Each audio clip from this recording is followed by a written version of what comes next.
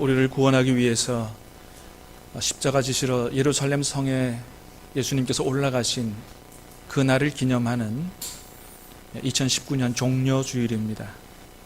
왜 오늘을 종려주일이라고 하느냐?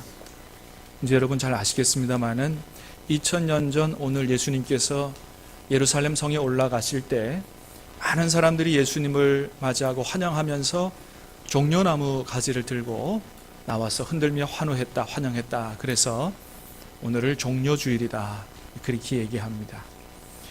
오늘 본문의 말씀은 사복음서 모두에 다 기록이 되어 있는 말씀인데요, 사복음서 전체에 이 말씀이 다 기록되어 있다는 것은 이 말씀이 얼마나 중요한 말씀인지 모른다, 이런 얘기거든요.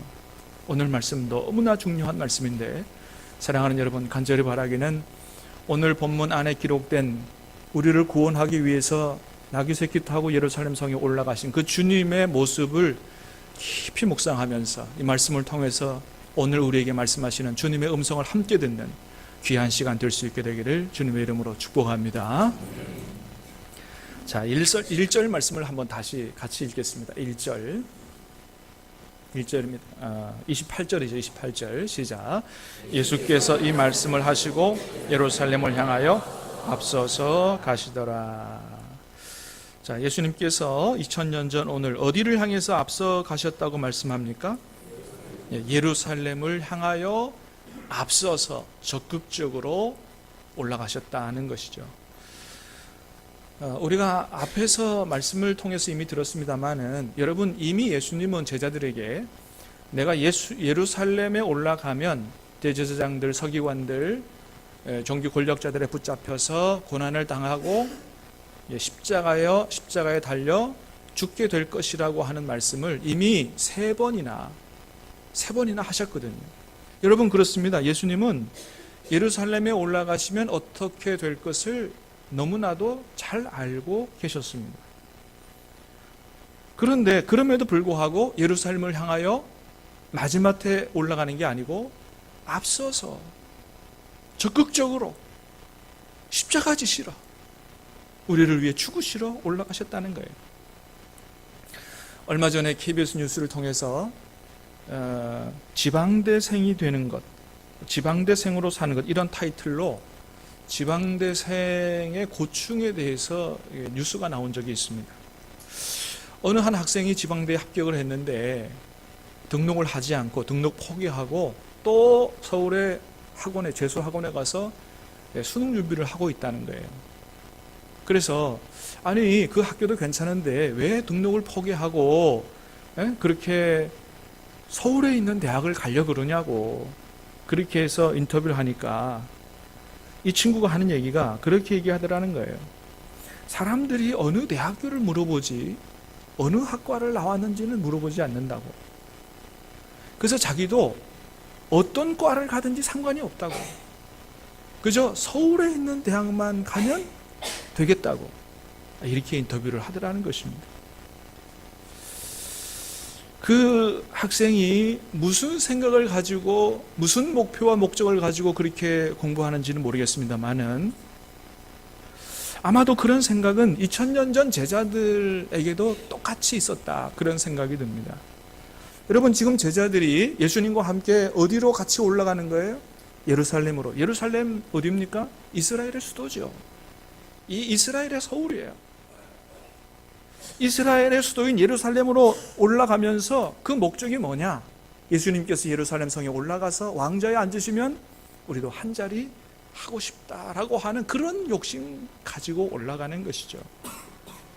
여러분, 그런데 예수님은 지금 뭐하러 올라가신다고요? 왕 되려고 올라가는 게 아니고, 무슨 왕좌에 앉으려고 올라가는 게 아니고, 출세하려고 올라가시는 게 아니고, 오히려 십자가에 달려서 죽으시러 올라가신다. 그걸 뻔히 알면서도 저와 여러분을 구원하기 위해서, 온 인류를 구원하기 위해서 십자가에 달려 죽으시러 올라가고 계신다는 거예요. 여러분, 이렇게 예수님의 생각과 제자들이 가진 꿈은 너무나도 달랐다라고 하는 것이죠. 이걸 가지고 동상이몽이라 그러나요? 여러분, 우리의 신앙생활은 단순히 교회 다니는 것이 아니죠.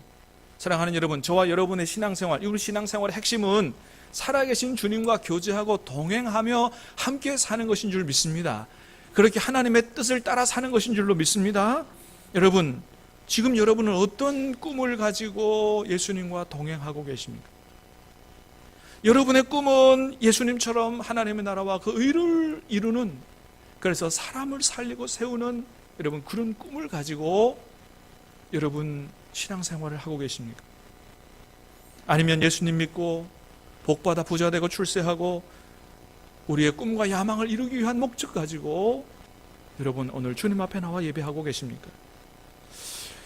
오늘 우리는 2000년 전 우리를 위해서 예루살렘의 십자가 지러 올라가신 그 주님의 모습을 깊이 생각해 보면서 오늘 내가 가진 꿈, 내가 예수 믿는 목적, 내가 살아가는 삶의 목적이 무엇인지 다시 한번 깊이 되돌아보는 은혜의 시간 될 수 있게 되기를 주님의 이름으로 축복합니다. 여러분, 그렇게 예수님께서 예루살렘에 올라가시는데 뭘 타고 올라가셨다고 기록하고 있습니까? 나귀 새끼를 타고 올라가셨다, 그렇게 기록하고 있죠. 자, 35절 36절을 다시 한번 보겠습니다. 35절 36절 시작. 그것을 예수께로 끌고 와서 자기들의 겉옷을 나귀 새끼 위에 걸쳐놓고 예수를 태우니 가실 때에 그들이 자기의 옷을 길에 펴더라. 나귀 새끼 위에 걸쳐놓고 예수님을 태웠다. 예수님은 나귀 새끼를 타고 올라가셨다는 것이죠. 이전에도 여러 번 말씀드렸듯이 성경에는 예수님께서 어떤 곳을 가실 때 뭘 타고 가셨다는 기록이 전혀 없습니다. 그리고 지금 예수님께서 예루살렘 성에 올라가시는 이때가 이스라엘의 3대 절기 중에 하나인 유월절이었거든요. 유월절이 되면 모든 이스라엘 남자들은 어디에 살든지 외국에 살더라도 다 예루살렘 성으로 모여서 하나님 앞에 제사를 드려야 됩니다. 그래서 모든 사람들이 다 몰려들고 있는 거예요. 이 유월절 절기를 맞아서 예루살렘으로 순례를 할 때는 보통 어떻게 가는 게 전통이냐? 걸어서 가는 게 전통이라 그래요. 뭘 타고 가는 게 아니라는 거죠. 그래서 예수님도 사실은 갈릴리에서부터 예루살렘까지 걸어서 오셨던 것입니다. 자, 그런데 예루살렘 거의 다 가까이 와서 얼마 남겨두지 않고 그것도 나귀 새끼를 타시려고 하신다는 거예요. 여러분, 왜 예수님이 그렇게 걸어서 가는 게 보통 상식이고 걸어서 오셨는데 나귀 새끼를 타려고 하셨다고요? 그 이유가 무엇입니까? 우리가 잘 아는 대로 말씀을 이루려고 하신 것이죠. 스가랴서 9장 9절 말씀이죠. 자, 다시 한번 말씀을 읽어보겠습니다. 스가랴서 9장 9절. 9장 9절 전체입니다. 시작. 시온에 따라 크게 기뻐할지어다. 예루살렘에 따라 즐거이 부를지어다. 보라, 내 왕이 내게 임하시나니 그는 공의로우시며 구원을 베푸시며 겸손하여서 나귀를 타시나니 나귀의 작은 것 곧 나귀 새끼니라. 아멘. 자, 여러분, 예수님께서 나귀 타고 올라가신 2000년 전, 그보다 훨씬 수백 년 전에 하나님이 스가랴 선지자를 통해서 이런 말씀을 예언해 놓으셨어요. 시온아 예루살렘아 즐거워하라, 기뻐하라. 왜? 내 왕이 내게 임하신다. 그는 공의로우시며 구원을 베푸시며 겸손하신 분인데, 그래서 뭘 타신다고요? 나귀를 타시나니 곧 나귀의 새끼를 타고 가실 거라고. 이분이 바로 너희의 왕이라고 그렇게 예언을 해 놓으셨는데, 예수님은 상식의 틀을 깨고 바로 그 스가랴서를 통해서 예언된 그 이스라엘의 왕이 바로 만왕의 왕이, 평화의 왕이 바로 나라고 하는 것을 보여주기 위해서 일부러 나귀 새끼를 타고 올라가신 것이죠. 여러분, 이렇게 예수님은 이 땅에 사시는 동안에 철저하게 당신을 향하여 예언된 하나님의 말씀을 따라서 말씀을 이루어 드리는 그런 삶을 사셨습니다. 할렐루야. 사랑하는 여러분, 간절히 바라기는 저와 여러분도 이런 믿음, 이런 기도 제목을 가질 수 있게 되기를 간절히 바랍니다. 말씀을 통하여 어떻게 내가 복을 받을까라고 하는 생각보다는 하나님의 말씀이 나를 통하여, 내 몸을 통하여, 내 삶을 통하여 정말 그대로 이루어지는 삶을 살게 해 주시옵소서.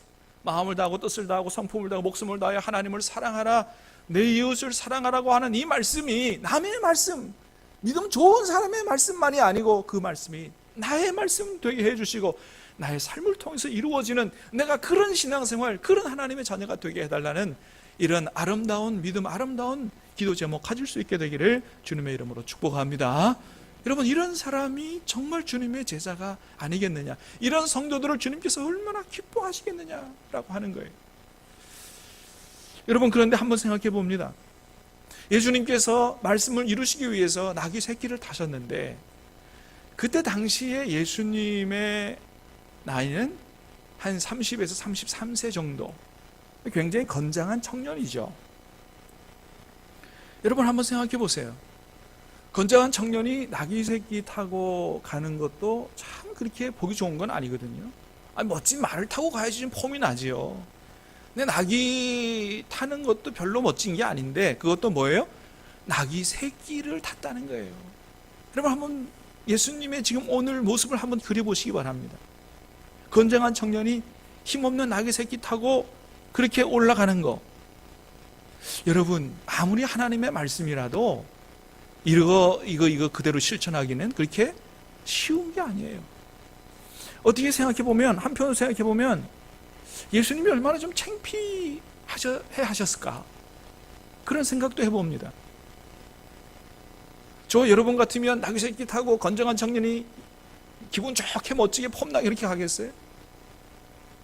그런데도 예수님은 전혀 그런 표내지 않으시고 묵묵히 나귀 새끼 타고 우리를 구원하러 예루살렘으로 뒤뚱뒤뚱 우스꽝스러운 모습으로 그렇게 올라가셨다는 것이죠. 여러분, 그렇습니다. 무엇을 타느냐, 이거는 그렇게 중요한 것 같지 않습니다. 여러분, 모든 사람들은 할 수만 있으면 다 좋은 차 타려고 합니다. 비싼 차 타려고 합니다. 물론 여러분, 좋은 차, 비싼 차 타는 게 나쁜 건 아니에요. 사고 나는 것을 대비해서라도 되도록 좋은 차 타는 거 좋은 거라고 생각을 합니다. 그러나 여러분, 그것보다 더 중요한 건 뭐냐? 그 차 타고 뭘 하느냐가 중요한 것이죠. 그 차 타는 것 자체가 중요한 게 아니고 그 차 타고 뭘 하느냐. 여러분, 예수님은 비록 나귀 새끼 타셨지만 그거 타고 뭘 하셨어요? 저와 여러분을 온 인류를 구원하시는 길을 가셨다는 거죠. 여러분, 아무리 벤츠를 타고 롤스로이스를 탄다 할지라도 그 차를 타면서 죄 짓는 일을 하고 죄 짓는 삶을 산다면 하나님 앞에 그게 뭔 의미가 있느냐 말이에요. 그러나 비록 별로 좋은 차 아니라도 중고차라고 할지라도 그 차를 타며 하나님께서 영광을 받으실 만한 일을 하며 그런 삶을 살아간다면 하나님 앞에 얼마나 아름답고 멋진 그런 삶이냐, 얼마나 예수님 닮은 삶이냐 하는 거예요. 사랑하는 여러분, 그렇습니다. 무엇을 타느냐보다 더 중요한 건 뭐예요? 바로 무엇을 위해서 타느냐 하는 게 훨씬 더 중요하다라고 하는 것입니다. 사랑하는 여러분, 간절히 바라기는 여러분 가능하면 다 좋은 차 탈 수 있게 되기를 바랍니다. 그러나 간절히 바라기는 그런 차를 타고 하나님께서 기뻐하시는 일, 하나님 기뻐하시는 삶을 살아갈 수 있게 되기를 주님의 이름으로 축원합니다. 우리 그런 목적, 그런 가치관을 갖는 게 중요하다는 거예요. 또 하나는 그 차를 타고 어디로 가느냐 하는 게 중요하다는 것입니다. 여러분, 예수님은 죽을 줄 알면서도 나귀 새끼 타고 예루살렘을 향하여 앞서서 가셨다고 했습니다. 비록 나귀 새끼를 타고 가셨을지라도 주님이 가신 길은 올 인류를 구원하는 가장 위대한 길이었다라고 하는 것이죠. 여러분, 모든 사람들은 다 고난의 길을 가는 거 싫어합니다. 그래서 될 수 있으면 다 꽃길만을 걸으려고 다 생각하죠. 여러분, 우리도 다른 사람한테 축복할 때 어떻게 해요? 앞으로는 고생 끝, 이제는 행복 시작, 꽃길만 걸으라고 그렇게 축복합니다. 이게 모든 사람들이 다 소망이에요. 꽃길만 걷는 거. 그런데 여러분, 그렇게 꽃길만 걸어가는 거, 그것이 정말 우리가 예수님의 뒤를 따라가는 주님 닮은 제자들이 추구해야 될 가장 중요한 길인가? 그것만이 하나님 가장 기뻐하시는 일이고 복된 길일까? 그렇지 않다는 것이죠. 여러분, 주님은 오늘 우리에게 어떤 길로 초대하십니까? 꽃길로 초대하시는 것이 아니라 십자가의 길로, 좁은 길로 우리를 초대하고 계신다는 거예요. 좁은 문으로 들어가라. 멸망으로 인도하는 문은 크고 그 길이 넓어 그리로 들어가는 자가 많고 생명으로 인도하는 문은 좁고 길이 협착하여 찾는 이가 적음이라. 마태복음 16장 말씀도 한번 같이 읽어보겠습니다. 그 다음 말씀 시작. 이에 예수께서 제자들에게 이르시되 누구든지 나를 따라오려거든 자기를 부인하고 자기 십자가를 지고 나를 따를 것이니라. 누구든지 제 목숨을 구원하고자 하면 잃을 것이요 누구든지 나를 위하여 제 목숨을 잃으면 찾으리라. 아멘. 주님이 오늘 우리를 위해 우리를 초대하시는 길은 꽃길이 아니에요. 십자가의 길이요, 고난의 길이에요. 그것이 너희를 위해 가장 복된 길이라고 주님이 말씀하신다는 거예요. 사막의 은수자, 또 사막의 은둔자라고도 불리는 샤를 드 푸코라고 하는 분이 계십니다. 1858년에 태어나서 1916년까지 사신 분인데, 이분은 프랑스 귀족 가문에서 태어나신 분인데 부모님 잘 만났는지 철없이 살았어요. 젊은 날에 아주 방탕사치 이렇게 해서 젊은 날을 자기 살고 싶은 대로 살았습니다. 얼마나 그의 행실이 안 좋았는지 그가 다니는 학교, 그가 다니는 사관학교에 생활기록부에 이런 글이 남아 있습니다. 성격은 좋으나 경솔하며 쾌락만을 추구한다. 종종 행실이 좋지 않아 벌로 휴가를 취소해야 했다. 이렇게 사관학교까지 가서도 굉장히 그 사치방탕의 삶은 고쳐지지 않은 것 같아요. 그러던 그가 모로코를 여행하던 중에 무슬림들의 깊은 신앙심에 큰 충격을 받고 하나님께로 돌아오게 됐다는 거예요. 야, 여러분, 참 하나님이 하시는 일은 참 놀라워요. 하나님 잘 믿는 사람을 보고 감동에 돌아오는 게 아니고, 이 사람은 알라신 열심히 믿는 무슬림들의 신앙을 보고 충격을 받고 돌아왔다는 거예요. 아마도 그런 것 같아요. 야, 가짜신 섬기는 사람들도 저렇게 신앙생활을 열심히 하는데, 여러분, 무슬림들 하루에 몇 번 기도해요? 5번. 여러분, 우리 하루에 몇 번 기도해야 될까요? 하루에 한 번도 안 하는 분들 회개하시기 바랍니다.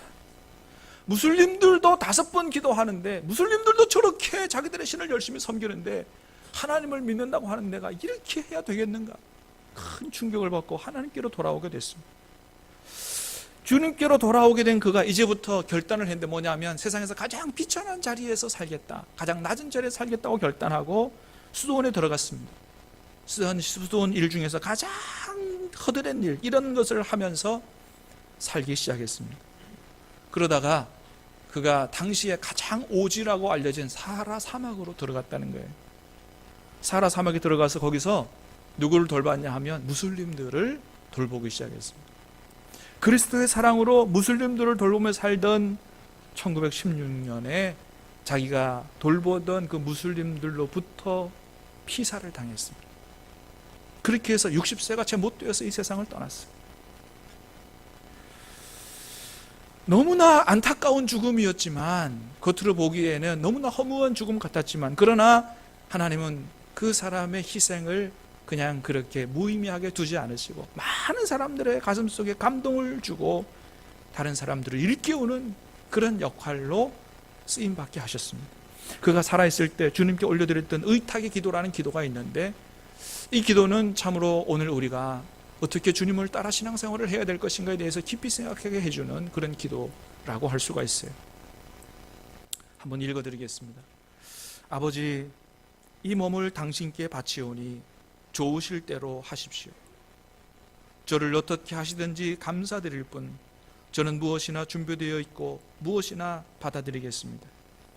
아버지의 뜻이 저와 모든 피조물 위에 이루어진다면 이 밖에 다른 것은 아무것도 바라지 않습니다. 내 영혼을 당신 손에 도로 드립니다. 당신을 사랑하옵기에 이 마음의 사랑을 다하여 하나님께 내 영혼을 바치옵니다. 당신은 내 아버지이시기에 끝없이 믿으며 남김없이 이 몸을 드리고 당신 손에 맡기는 것이 어쩔 수 없는 저의 사랑입니다. 여러분, 샤를 드 푸코, 그는 모든 사람들이 바라는 꽃길이 아니라 가장 가기 싫어하는 그 험악한 길을 갔습니다. 마치 죽을 것을 알면서도 우리를 구원하기 위해서 예루살렘의 십자가 지러 올라가신 예수님처럼 그렇게 예수님의 뒤를 따라서 그렇게 험악한 고난의 길을 간 샤를 드 푸코. 여러분, 오늘 우리는 어떤 길을 가야 할까요? 어떤 길을 가는 것이 주님의 부활에 동참하는 길이고 어떤 길을 가는 것이 천국 영광에 들어가는 길일까요? 사랑하는 여러분, 오늘 종려주일에 저와 여러분을 구원하기 위해서 남들이 다 가기 싫어하는 그 십자가의 길을 저와 여러분의 구원을 위해서 적극적으로 자원하여 나아가신 그 주님의 모습을 기억하면서 오늘 나는 어디로 무엇을 위해서 가고 있는가를 다시 한번 잘 점검해보고 우리의 인생길을 주님 앞에 바로 세우는 귀한 복된 날 될 수 있게 되기를 주님의 이름으로 축복합니다. 그렇게 예수님께서 나귀새끼 타고 예루살렘으로 올라가시는데 수많은 사람들이 나왔습니다. 환호하고 소리 질렀습니다. 37절 38절 말씀을 한번 읽어보겠습니다. 시작. 이미 감람산 내리막길에 가까이 오심에 제자의 온 무리가 자기들이 본 바 모든 능한 일로 인하여 기뻐하며 큰 소리로 하나님을 찬양하여 이르되 찬송하리로다 주의 이름으로 오시는 왕이여 하늘에는 평화요 가장 높은 곳에는 영광이로다. 아멘. 여러분, 그렇습니다. 2000년 전 오늘은 무엇보다도 인류를 구원하시기 위해서 나귀새끼 타고 예루살렘에 올라가신 예수님께 찬양과 경배로 영광을 돌려드린 날입니다. 사랑하는 여러분, 간절히 바라기는 오늘 2019년 종려주일에 우리를 구원하기 위해서 예루살렘 성에 올라가신 그 주님 앞에 주님 기뻐하시는 찬양과 경배로 주님 앞에 영광 돌려드리는 복된 거룩한 주일 될 수 있게 되기를 주님의 이름으로 축복합니다. 그래요. 자, 그런데 하나 좀 기억할 건 뭐냐면 이 당시의 사람들은 무엇 때문에 그렇게 예수님 앞에 호산나 부르며 찬양으로 영광을 돌렸느냐? 37절을 보니까 그랬어요. 제자의 온 무리가 자기들이 본 바 능한 일로 인하여 기뻐하며 큰 소리로 하나님을 찬양했다. 예수님이 능한 일을 하시는 걸 보고 그것 때문에 하나님께 찬양했다는 거예요. 요한복음에 보면 이걸 뭐라고 기록하고 있냐 하면 예수님께서 이전에 죽은 나사로를 살리는 그 능력을 보고 예수님께 찬양하며 환호했다라고 기록하고 있습니다. 여러분, 그래요. 이 사람들은 예수님의 능력을 보고 찬양하고 환영한 거예요. 죽은 나사로를 살리는 능력이라면 로마의 압제를 받고 있는 우리나라를 구원해 줄 거다. 우리들의 먹고 사는 경제 문제 이분이 해결해 줄 거다. 이분이 정치 경제적으로 우리나라를 구원해 줄 메시아라고 그렇게 환호했던 것입니다. 사랑하는 여러분, 우리나라의 정치 문제가 주님의 손에 있는 줄 믿습니다. 우리나라의 경제 문제도 주님의 손에 있는 줄 믿습니다. 그러나 여러분, 우리가 그런 주님의 능력만을 바라보고 찬양하면 안 된다는 거예요. 그렇게 되면 우리가 주님 앞에 기도한 그 기도대로 주님께서 응답해 주지 않으면 주님 능력 없는 줄 알고 주님을 버리는 그런 일도 벌어질 수 있다는 것입니다. 여러분, 그래서 이 사람들이 나중에 어떻게 변하냐 하면 예수님 십자가에 자기들 나라를 구원하는 게 아니고 십자가에 돌아가시는 걸 보니까 이제 십자가에 돌아가시기 전에 막 힘없이 끌려다니고 이렇게 하는 거 보니까 뭐냐면 예수님을 십자가에 못 박으라고 오히려 소리를 지르는 사람으로 변했다는 것이죠. 사랑하는 여러분, 비록 저와 여러분이 가지고 있는 문제, 진로 문제, 취직 문제, 경제 문제, 가정 문제, 이 모든 일들이, 이 모든 우리의 기도가 우리의 생각대로 응답되지 않는다고 해도 우리는 저와 여러분을 구원하시기 위해서 십자가 지수 예루살렘에 올라가신 그 주님, 십자가에서 피 흘려 주셔서 우리의 죄를 용서하시고 우리에게 구원을 주시고 우리에게 영생의 산소망을 주신 그 주님의 은혜를 인하여 주님 앞에 찬양과 영광으로 주님 앞에 영광을 돌려야 할 줄로 믿습니다.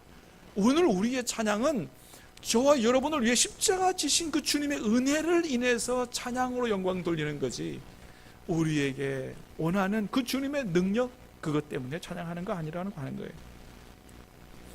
여러분, 오늘 우리가 말씀을 통하여 또 하나 기억할 것은 2000년 전 오늘 주님이 흘리신 눈물을 기억해야 한다라고 하는 것입니다. 예수님께서 나귀 타고 예루살렘 성 가까이 가셔서 뭘 하셨냐 하면 눈물을 흘리고 우셨다는 거예요. 41절부터 44절까지의 말씀을 한번 다시 읽겠습니다. 시작. 가까이 오사 성을 보시고 우시며 이르시되 너도 오늘 평화에 관한 일을 알았더라면 좋을 뻔하였거니와 지금 내 눈에 숨겨졌도다. 날이 이를지라 내 원수들이 토둔을 쌓고 너를 둘러 사면으로 가두고 또 너와 및 네 가운데 있는 내 자식들을 땅에 메어치며 돌 하나도 돌 위에 남기지 아니하리니 이는 내가 보살핌을 받는 날을 알지 못함을 인함이니라 하시니라. 아멘. 여러분, 그렇습니다. 예수님께서 예루살렘 성에 올라오신 이유는 십자가 지시고, 그래서 거기에서 피 흘려 주심으로 우리의 모든 죄를 사하시고 하나님과 원수되었던 죄를 씻겨 주시고 하나님과 화평하게 하나 되도록 하나님의 자녀로 거듭날 수 있도록 이런 은혜를 주시려고 예루살렘 성에 가까이 오셨는데, 유대인들은 그걸 거부했습니다. 용서받기를 거부했어요.